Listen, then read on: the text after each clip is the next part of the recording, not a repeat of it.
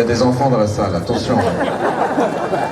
Donc, merci beaucoup pour votre présence.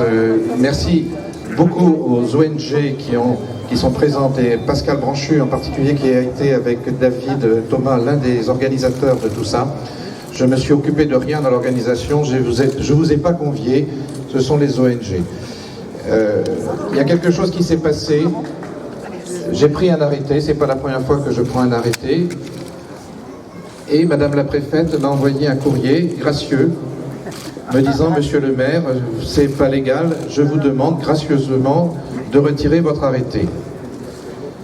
Et quelques jours après, elle envoie un communiqué de presse en disant: si Monsieur le maire de Langouette ne retire pas son arrêté, je le traîne devant le tribunal administratif.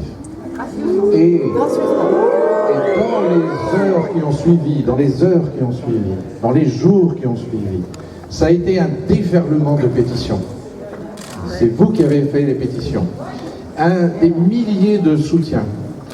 265 cartes postales venues du pays bigoudin. 37 000 messages écrits et argumentés de Agir pour l'environnement. 150 000 signateurs de pétitions. Une lettre d'amour.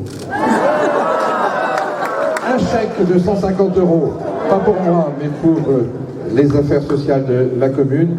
Et un sondage, un seul sondage, commandé par l'IFOP, par Agir pour l'environnement, sondage sur mon arrêté. La question posée aux Français était la suivante: êtes-vous, oui ou non, favorable à l'arrêté pris par Monsieur le maire? 96% des Français ont répondu oui.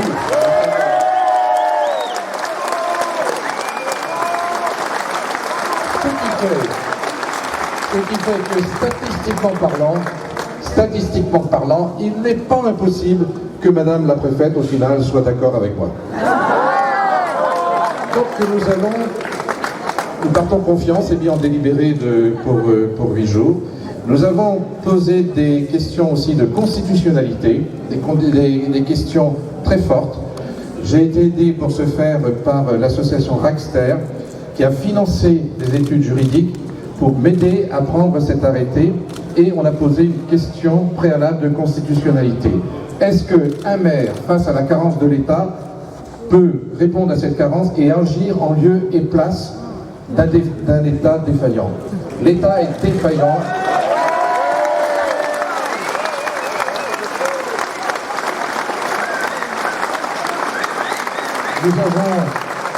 Nous avons développé plus de 300 pages d'argumentaire. Un seul argumentaire justifie le maintien de mon arrêté. Nous avons travaillé ça de façon extrêmement sérieuse. Nous sommes portés aussi par des associations qui, avant moi, ont travaillé, comme Eau et Rivière par exemple, qui a porté l'affaire au Conseil d'État au mois de juin, et au Conseil d'État a dit: la loi pesticides est retoquée parce qu'elle ne protège pas du tout les citoyens. Donc nous allons continuer. La bagarre n'est pas finie. Aujourd'hui, je peux vous annoncer que 20 maires en France ont pris le même arrêté.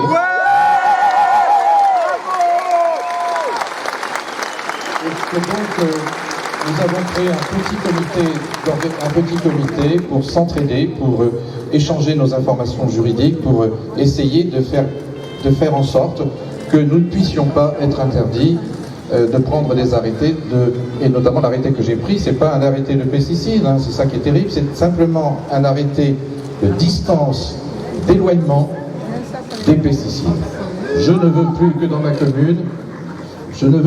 ma commune soient faites des analyses d'urine dans lesquelles on trouve chez des enfants de 6 ans des taux de glyphosate 30 fois supérieurs à la norme. Bravo! Bravo!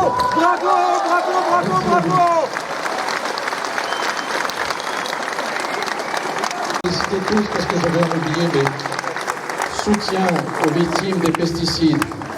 Quand même, aujourd'hui, au moment où nous parlons, des gens sont à l'hôpital avec un cancer, donc probablement dû aux pesticides de synthèse. C'est intolérable.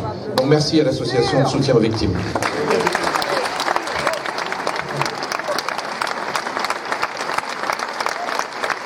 Alors, les habitants de Langouette, qui sont présents en grand nombre,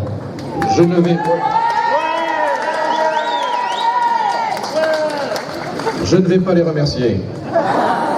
Parce que nous sommes dans la période Préélectorale.